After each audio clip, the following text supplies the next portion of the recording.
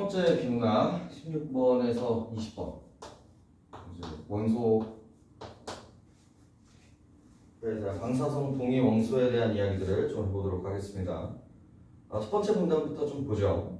자, 19세기 초 지질학자들은 스테노와 스미스의 층석 원리를 적용하여 전 세계의 지질학적 연구 성과를 종합했습니다.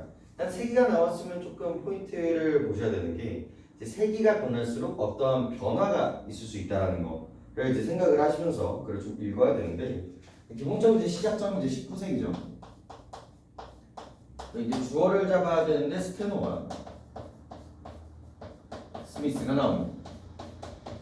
얘는 이제 층석 원리를 적용하여 예를 들어 주어가 세트로 들어가겠죠.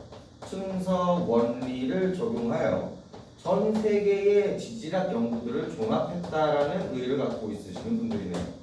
우리가 흔히 쓰는 중생대 쥐라기와 같은 대나 기등으로 나타나는 지질학적 시간 척도는 이때 확립이 되었습니다. 우리가 얘기를 하는 이런 쥐라기, 중생대, 대의 기와 대라는 그런 것들, 이런 것들을 시간 척도라고 이야기를 하고 있고요. 이때 확립되었다라고 얘기를 하고 있네요. 이러한 예시들이 그 다음 세계에 확립이 되었다, 이런 식의 이야기들이 되면 이제 문제가 있다라고 보시는 게 맞겠죠. 그러나 이러한 지질학적 시간 척도는 상대적인 척도로 한 지층이 다른 지층보다 오래되었는지 아닌지를 말해줄 수는 있어도 실질적으로 얼마나 오래되었는지를 말해줄 수는 없었습니다. 자, 이제 두 가지로 나눠주죠. 나레이버피 구조가 되는 거예요. 이 시간 척도에 확립을 하긴 했는데 이것들은 모두 상대적 척도라는 거죠. 뭐는 될 수 없었다. 실질적 시간은 우리가 확인할 수 없다라는 겁니다. 그러니까 이 지층이 이 지층보다 더 오래되었다라는 것들은 얘기해 줄 수 있었지만, 그죠? 하지만 그 시기가 어느 정도로 오래되었다, 이런 것들을 정확하게 할 수 없었다라는 이미지를 이제 만들어지게 됩니다. 이쪽 부분이죠. 그래서 실질적인 시간을 계산할 수 있었다. 언제? 19세기 때. 이렇게 하면 이제 틀렸다라고 이미지를 만들어 주시는 게 중요한 포인트가 되겠습니다. 자, 두 번째. 이후 많은 사람들이 지층의 정확한 연대 측정을 시도한 끝에 1905년 러더포드가 방사성 동위원소를 이용하여 지층 연대의 측정에 성공을 합니다. 1905년이 등장하고요. 그 다음에 주어가 리더포드라는 사람이 등장하네요. 그럼 여기서 이제 문제점이 생겼잖아요. 실질적인 시간대를 우리가 확인할 수가 없다라는 거. 이게 이제 문제점이 이제 발생하는 거죠. 그럼 이제 그 다음 시간들은요, 이것들을 이제 해결하는 구조로 이제 등장을 하게 되겠고, 그 해결하는 구조가 무엇이었는지, 그리고 그 기준점들이 뭔지를 이제 우리가 집중적으로 알아봐야 될 겁니다. 방사성 동위 원소를 이용했다. 중요한 체크 부분이 되겠네요.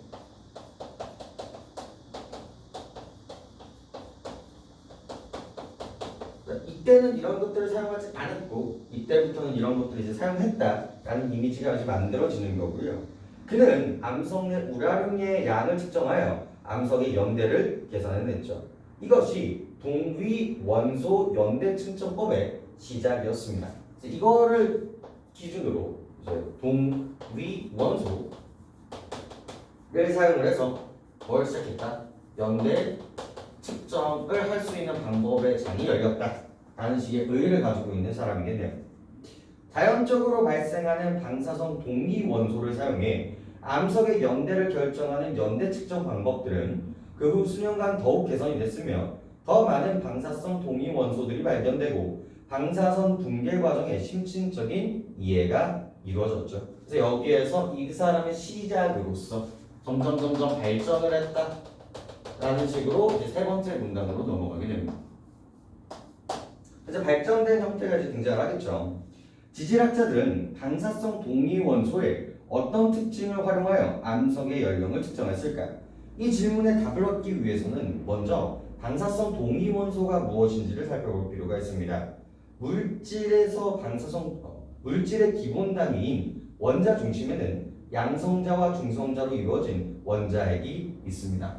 그래서 이제 이 세 번째 문단 같은 경우는 이제 질문을 통해서 대답으로 이야기를 이제 이끌어내가고 있고요. 그죠? 그 다음에 이 방사선 동위 원소가 무엇인지에 대해서 이제 설명해 주려고 이제 노력을 하고 있습니다. 이거에 대한 이제 정의와 이것에 대한 이제 방법에 대한 이야기들이 등장을 하겠죠.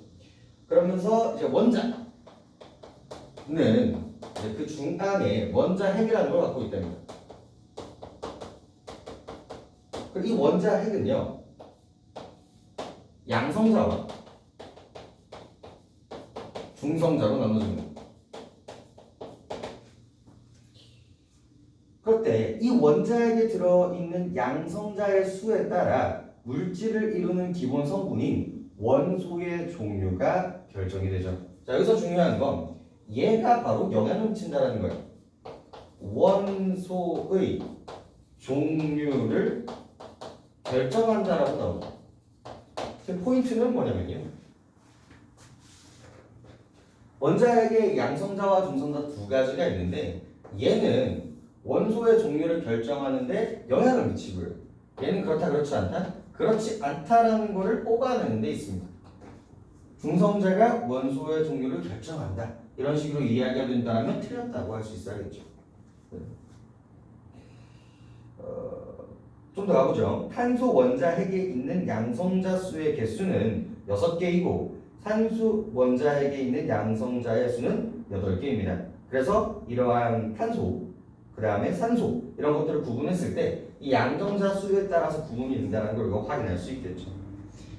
자, 같은 원소라 하더라도 원자핵에 있는 중성자 수가 다른 것들이 있는데 이를 동위 원소라고 이야기합니다. 예를 들어 탄소의 경우 탄소 12는 원자핵의 양성자 6개와 중성자 6개가 있는 원자이며 탄소 14는 양성자와 6개와 중성자 8개가 있는 동위 원소입니다. 자, 여기까지 이야기했을 때 이제 뭐가 탄생되냐면 동위 원소라는 개념이 또 등장을 해요. 양성자 때문에 수소와 탄소가 구분되는 건 맞는데, 탄소와 산소가 구분되는 건 맞는데, 이 양성자가 똑같은 탄소끼리들도, 그죠? 이 양성자가 뭐야? 6개를 갖고 있죠. 하지만 그 내부에서도 뭐에 따라서 중성자의 개수에 따라 얘가 6개 혹은 중성자가 얘가 8개라고 됐을 때 얘는 탄소 12라고 이름을 붙이고 얘는 탄소 14라고 이름을 붙이게 된다는 거죠.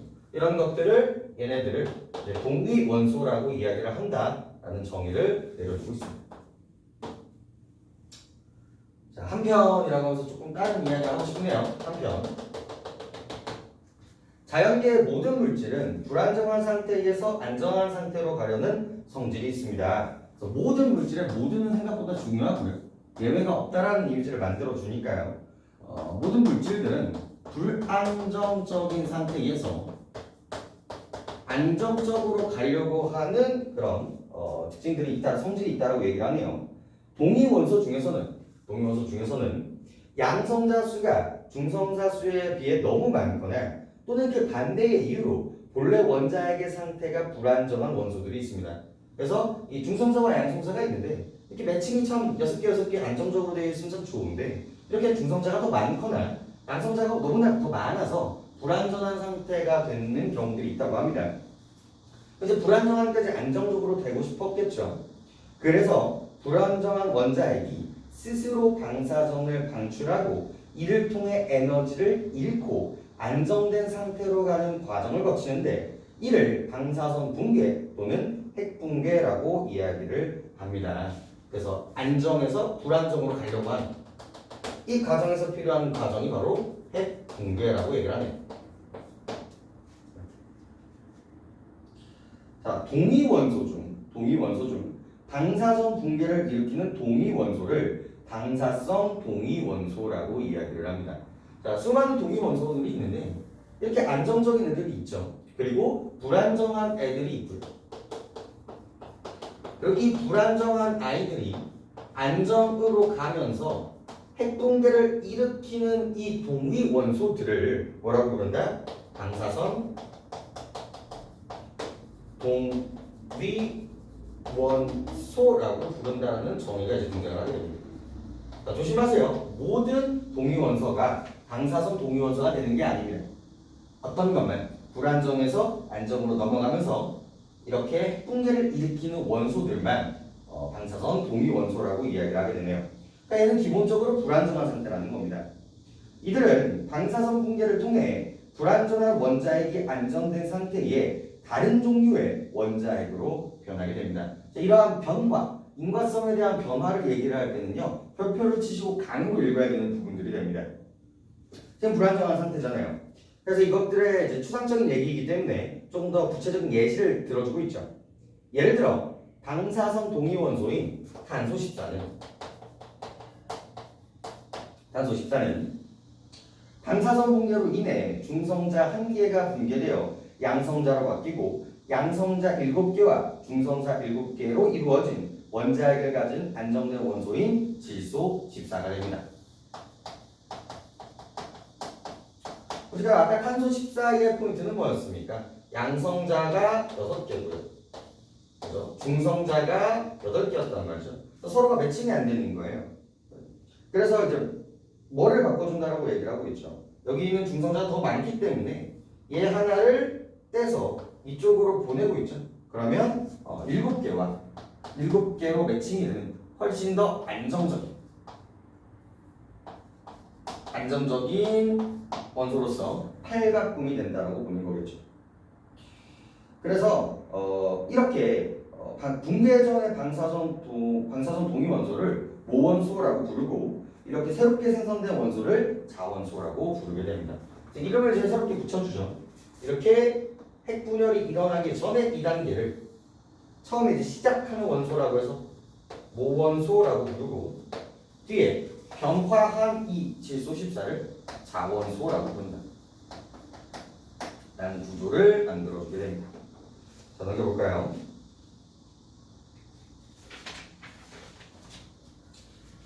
자, 마지막 문단 볼까요? 방사선 동위원소는 일정한 시간이 지나면 모원수의 개수가 원래 개수에서 절반으로 줄어드는 특성이 있습니다. 모원소가 항상 일정한 시간이 지나면 그 개수가 절반으로 줄어드는 특징을 갖고 있대요. 모원수의 개수가 월바의 절반으로 줄어드는 시간을 반감기라고 이야기를 합니다. 이 시간을 반감기라고 얘기를 합니다. 절반으로 줄어드는, 그러니까 10개에서 5개 바뀌는 시간들을 말하겠죠. 이때 줄어든 모원소의 개수만큼 자원소의 개수가 늘어나게 됩니다. 그래서 10개, 모원소가 10개였는데 5개가 됐어. 그러면 자원소는 어떤 개수일지는 모르겠지만 거기에서 5개가 늘어난다는 얘기겠죠. 생각보다 되게 중요한 부분들입니다. 언제나 변화는, 인과성을 갖고 있는 변화는 문제를 내겠다라는 말이라는 걸 항상 명심하세요. 자, 그래서 줄어든 모원소는 뭐가 같다? 늘어난 자원소와 같다라는 이제 비례, 완벽한 이제 비례 형식을 이제 보여주고 있다는 거죠. 같다라는 게 포인트가 되겠고, 첫 반감기 때는 모원수의 개수는 처음에 반으로 줄고, 그죠? 반으로 준다라고 했으니까요. 그 다음에는 이제 또 반으로 주니까 이제 4분의 1. 거기서 또 반으로 주니까 이제 8분의 1씩으로 줄어든다라고 얘기를 하죠. 그래서 모원수와 자원수의 개수의 비율이 첫 반감기에는 1대1로 같아지게 됩니다. 그 다음에 1대3이 되고 그 다음에 1대7이 된다는 거죠. 이 반감기를 이제 좀 구조화를 해보니까 처음에는 이제 반이 없어지고요. 그 다음에 그 반의 반이 없어지는 거고요. 그 다음에 이 반의 반이 없어진다라고 하죠. 그래서 여기가 이제 2분의 1, 처음에 있었던 게 4분의 1, 그 다음에 이제 8분의 1의 이미지를 이제 만들어지게 된다는 거죠. 근데 이렇게 됐을 때 이 모원소와 자원소의 비율이 처음일 때 1대1이 되고 그 다음에 더 많아지고 그 다음에 훨씬 더 많아지는 이제 구조를 보인다는 겁니다. 다만 원소에 따라 반감기는 다른데, 자, 이것도 중요하겠네요.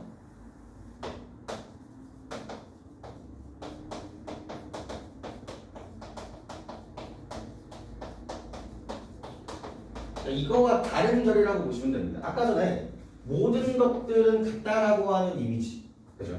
그리고 모두 다 다르다라는 이미지, 이런 것들은 언제나 전제 조건으로 깔고 가셔야 되는 부분들이고요. 탄소 14는 이렇게, 포타늄 40은 이렇게, 우라늄 238은 이렇게 44원인의 반감기를 갖습니다. 방사선 동위원소의 반감기는 온도나 압력에 영향을 받지 않습니다. 여기도 있죠. 되게 중요한 포인트들이래요. 자, 반감기는 온도나 압력에 영향을 받지 않아요. 그래서 문제가 어떻게 나올 수 있느냐? 온도나 압력에 영향을 받는다라는 이미지의 전제 조건을 까는 문제들이 충분히 나올 수가 있는 거고요. 이런 것들은 그런 전제 조건의 논리성을 만드는 포인트이기 때문에 이렇게 강으로 읽어주셔야 되는 부분들입니다. 문제들을 조금 예측한다라고 생각을 하시면 좋을 것 같아요. 항상 반대부도 이제 등장을 한다는 걸 이해하셨으면 좋겠네요. 그래서 따라서 어떤 암석이 포함된 모원소와 자원소의 비율을 알고 그 결과 방사선 동위 원소의 반감기를 이용하면 암석이 만들어진 연대를 추정할 수 있습니다. 가령 어떤 암석이 생성될 때 포타슘 40을 함유하고 있고 이 원소가 외부 유입이나 유출, 암석의 변성작용 등 다른 외부 요인에 의한 변화가 없다라고 할 때 암석의 방사선 동위 원소 측정 결과 모원소와 자원소의 비율이 1대3이라면 그렇죠. 1대3이라면 반감기가 2번 거쳤기 때문에 26억 년 전에 생성됐다라고 볼 수 있겠죠. 그래서 아까 전에 그 포타슘 40의 반감기가 13억 년이었죠. 그래서 1대1이야. 그럼 얘가 13억 년 전에 만들어진 거군요. 근데 1대3이면 얘가 26년이겠구나. 그럼 이제 1대7이면 여기에 한 번 더. 그래서 40, 39년 전에 만들어진 애들이겠구나. 이런 것들을 우리가 추론해낼 수 있는 과학적인 근거가 만들어진다라고 이야기를 하게 되겠죠. 자, 문제를 좀 볼까요? 윗글의 진술 방식으로 가장 적절한 것은 자, 1번 볼까요?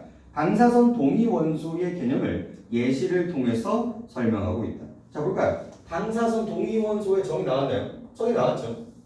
그리고 탄소 14와 질소 14라는 예시도 나왔어요. 그럼 너무나 맞는 말이기 때문에 1번 찍고 넘어가시면 되겠고요. 자, 이번에는 세부적 묘사는 존재하지 않고요. 붕괴 과정을 유추로 보여준다는 것도 등장하지 않습니다. 지층 연대 측정 과정을 유형별로 분류했다. 발전은 보여주고 있는데 이거를 유형화했다라고 보기는 어렵고요. 그리고 전문가의 의견을 인용한 부분들은 존재하지 않습니다. 자, 17번 볼게요. 1번 방사선 동위원소 핵은 불안정하여 붕괴됩니다. 여기 보이시죠? 얘네들의 정의를 기억을 하시고 불안정했고 항상 안정적으로 가고 싶었기 때문에 핵 붕괴를 보여주고 있는 부분이 되겠고요.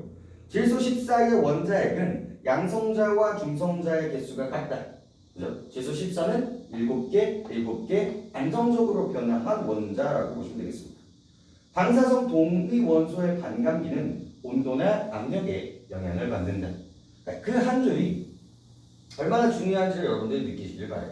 그래서 영향을 받지 않는다라고 이야기를 하고 있는데 받는다라고 이야기를 했으니까 정답은 3번이 됩니다. 이제 학년이 올라가면 올라갈수록 문제가 나오는 포인트는 똑같을 거예요. 하지만 이렇게 대놓고 보여주느냐 아니면 조금 추론 혹은 다른 예시들을 통해서 조금 숨기느냐 그 차이이기 때문에 1학년 때 이런 부분들을 강하게 뽑아낼 수 있는 능력을 기르는데 조금 중심을 두시기 바랍니다. 4번 19세기 초 지질학자들의 지층이 형성된 연도들을 정확히 알 수 없었다. 자, 어디서 나온 부분들이요? 바로 이 19세기 이쪽에서 나온 부분이겠죠. 상대적인 척도는 알 수 있었지만 실질적인 시간은 알 수 없었고요. 그것을 이제 발전하게 되면서 알 수 있게 된 게 1905년부터라고 볼 수가 있겠죠. 5번 자연계의 모든 물질은 불안정한 상태에서 안정한 상태를 가려는 성질이 있다. 언제나 모든은 중요하고요. 변화 양상들까지도 체크를 해주셨으면 좋겠습니다. 자, 그 다음 18번 볼까요? 이제 18번 그래프를 보면요. 시간이 지남에 따라, 그죠? 시간의 지남에 따라 원소의 함량이 이제 어떻게 되느냐에 대한 이야기들을 보여주는데, 자, 부분은 충분히 사용을 했으니까 지워보도록 하겠습니다.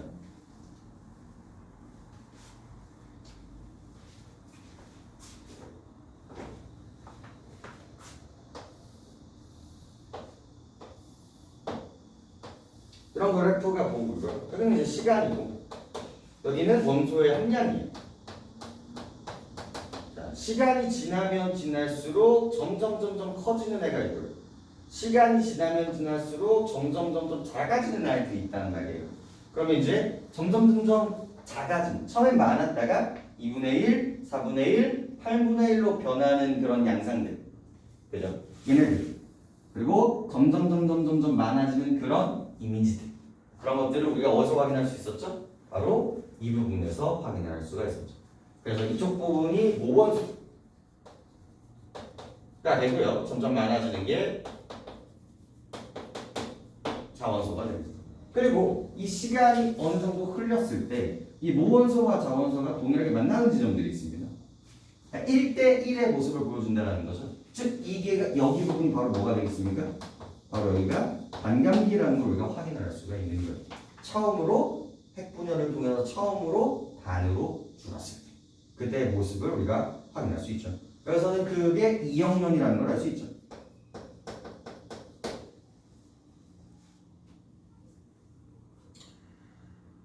자, 그래서 볼까요? 그리고 이제 가를 측정한 결과 모원소와 자원소의 비율이 1대 3이었다라고 이야기를 하죠. 자, 1대 3이라면 어느 정도 지난 거냐? 반감기가 몇 번 지났다? 2번 지났다라는 비율이라는 걸 알 수가 있겠죠.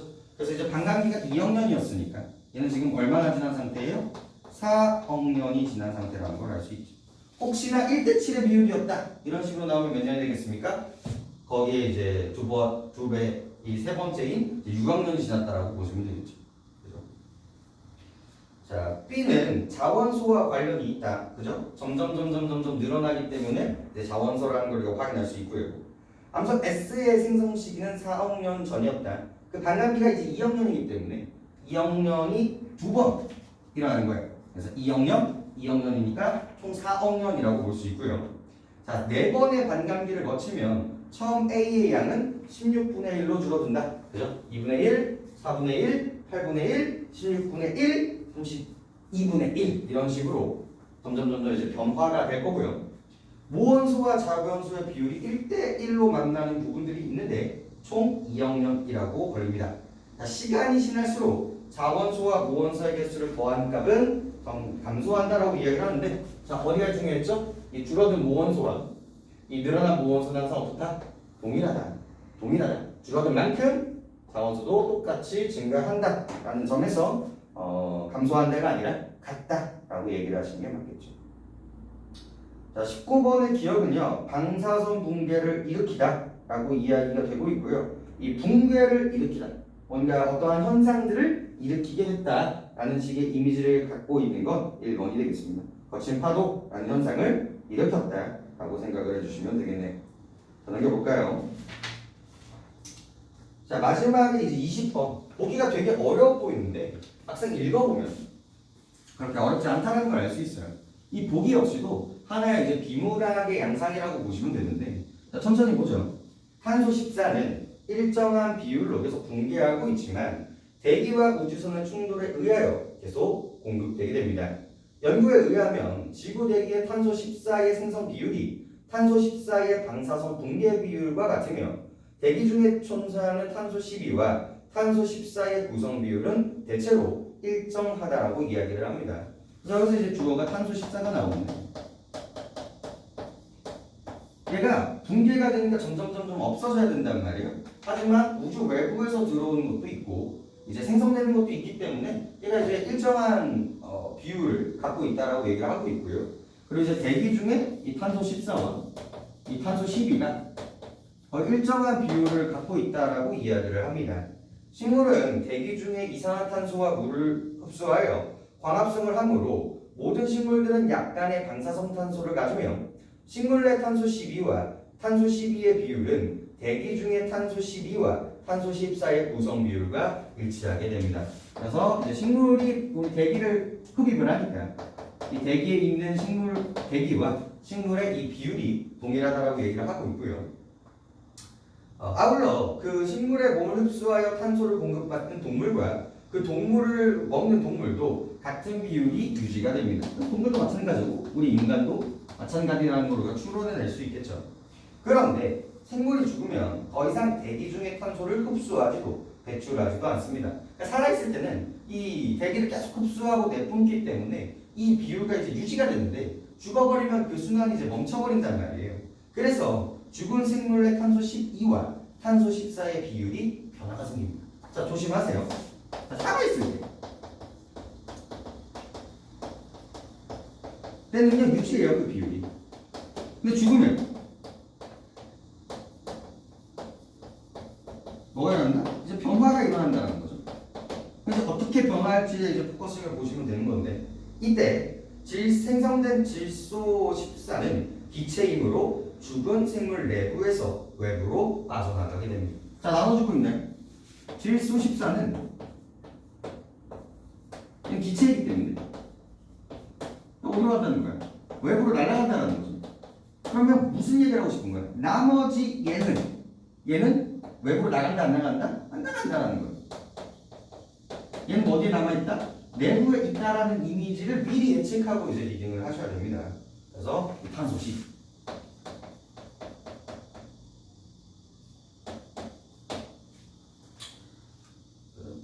그렇지만 생물 유해나 화석의 탄소 12와 탄소 14의 비율을 측정하여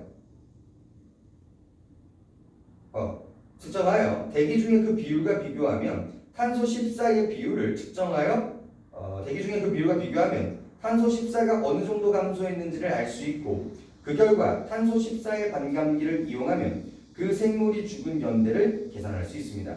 다만 탄소 14는 6년만 지나면 측정하기 힘들 정도의 양만 남게 된다라고 할 수 있죠. 그래서 이제 변화가 됐을 때 얘는 날아가고 여기는 탄소가 이렇게 변해가지고 이제 날아간다는 거예요.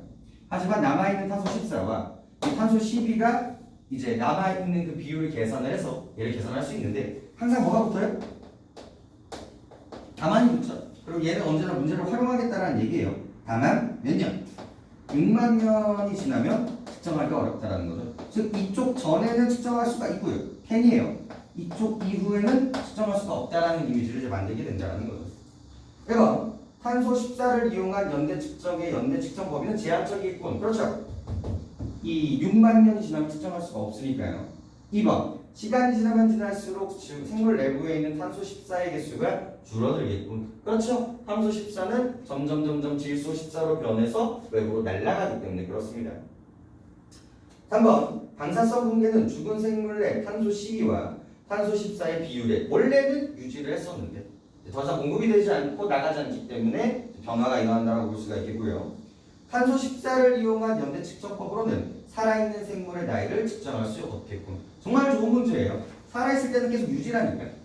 유지이기 때문에 이걸 확인할 수가 없는 부분들이 되겠고요. 5번 죽은 생물 안에 남아있는 질소 14양의 양만 알아도 생물이 죽은 연대를 정확하게 추정할 수 있겠군. 자, 여기 다시 한번 읽어보고요. 그렇지만 생물 유해나 화석의 탄소 12와 탄소 14의 비율을 측정했을 때, 즉 얘는 그대로고 얘는 어느 정도로 변했는가를 뭐 했을 때, 비교했을 때 이거를 확인할 수 있는 거지, 남아있는 탄소만 봤을 때 알 수 있다 없다? 기준점이 없기 때문에 이건 확인할 수 없다라는 전제 조건을 확인할 수가 있습니다.